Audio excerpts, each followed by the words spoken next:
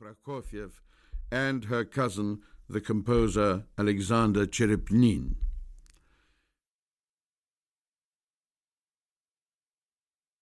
I was born on April the 16th, 1921, at around 11 o'clock in the morning. The event took place at a nursing home in Adelaide Road, Swiss Cottage, London. Since my parents have left Leningrad on a Swedish freighter 9 months previously, I had travelled extensively in embryonic form, spending some time in Holland while preparing to make my entrance. A chance decision of a certain Herr von Malzahn in the German Foreign Office apparently changed my destiny. It is difficult to know what one remembers in truth and what one has reconstructed from photographs or anecdotes of loving relatives.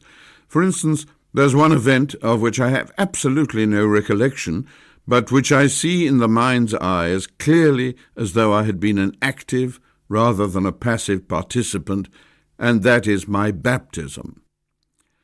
My grandmother wrote from Cairo, insisting that I be baptized in the waters of the Jordan for old time's sake. My father was properly impatient with such jaded symbolism, and said he couldn't possibly take leave of absence for such a specious reason. A compromise was reached. It was decided that the interested parties meet halfway between London and Cairo. Since my grandmother's knowledge of geography was hazy, it was easy to convince her that the halfway mark between the two capitals lay in Stuttgart, or more accurately in Schwäbisch Gmünd, a town a few kilometres away. My grandmother advanced on Schwäbisch Gmünd from the south, clutching a stoneware hot water bottle filled to the brim with muddy Jordan water, which she had procured by wading in the shallows, holding up her skirts with one hand and immersing the hot water bottle with the other. All went well until the actual christening, when the aged clergyman who suffered from the shakes let slip the hot water bottle at the climactic moment of the ceremony, and it broke neatly in two on the Victorian mosaic, sending rivulets of yellowish water alive with the agitation of primitive and almost invisible river life, exploding among the cracks and crevices of the neo-Gothic Bible scenes depicted on the floor.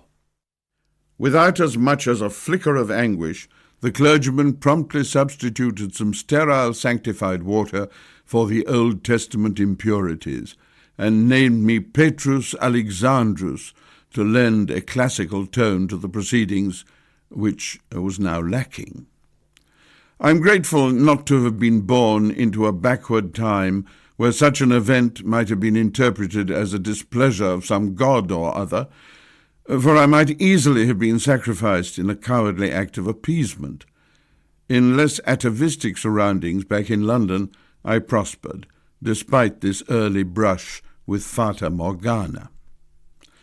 The first nurse I remember was black, but instead of the full-bosomed contralto crooning warmth associated with black nannies in antebellum surroundings, this lady came from the Cameroon, a part of Africa formerly under German hegemony, and she possessed the febrile eye and the rasping voice of a Prussian drill sergeant. Her name, if you please, was Fräulein Bertha, which sounds like some kinky creation of Strindberg's fevered imagination.